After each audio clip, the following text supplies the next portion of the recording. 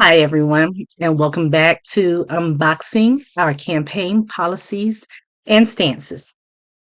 Today, we're still continuing on with the crime and safety of what my administration will do when I'm governor. Well, when we are governor. um, so today, my part two that I'm talking about is yesterday we talked about law enforcement, but today we're talking about reduced recidivism. There are things that are being done in other states that I think are good things. Um, Lieutenant Governor Winston Sears, she's doing a great thing with the families in helping them reacclimate and get into skills training and parent training to be able to be put back together with their families. That's something good that I would like to implement here. I believe it's Ohio. I have to go back and look at it that I just read, just implemented something for reduced recidivism. However, so where I have an experience with that is my husband was in prison for 24 years. He when he got out, he's been out for oh my gosh, 7 or 8 years now. But since his being out, I would say he's like the poster child of what second chances should look like, what reform justice should look like. Someone who comes out and gets back into society to do better than what they were. Now, I know we always talk about restorative justice and rehabilitation. And then one thing that he always says, he said, how do you rehabilitate someone back to normal? What is normal? You don't know what their normal is. We need to be able to give them the tools and the skills to be able to thrive and to be better, better members of society. I know a lot of people like, oh, they're horrible people. We don't deserve to forgive them. But think about it this way. If you don't forgive someone back into society, number one, you have them in prison, you're going to be paying for them to be there. So then the other thing is when they're out, because you can't punish somebody forever depending on the crime.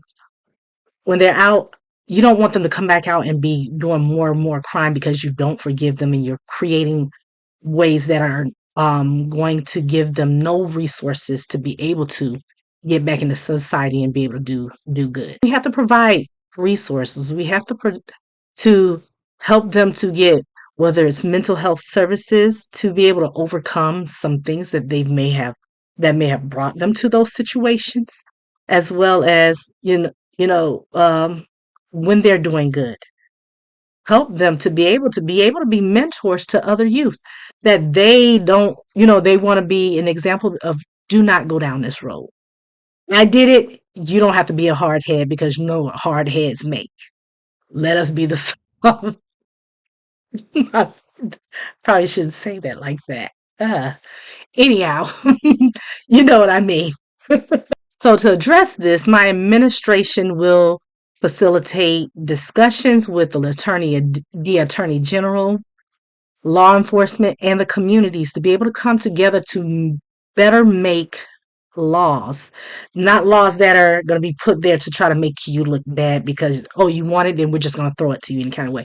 No, how can we make these laws to be common sense and fair for the community and law enforcement to be able to do the jobs that they need to do?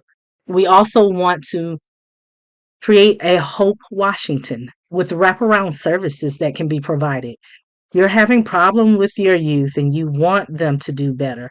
Um, have we'll have programs. Let the create a space where police can be there to be able to mentor. Sometimes these youth don't have parents who show up to for them in court or someone who cares about them to take them in. We need to be, that's another spot where we could probably find an incentive for law enforcement to step in, to be a mentor, to be able to help them be there, to be that support system that they don't have or might not have at home, along with trying to get family interventions created. But we want to create preventive maintenance programs and also programs for damage control of those who have been in the system that want to do better. We're going to make sure that we're all having a seat at the table and that all of our voices are being heard. Doesn't mean that everybody gets what they want, but we have to learn to be mature for this next generation to have hope so that way we can find a happy medium to make sure we are giving our youth hope for tomorrow.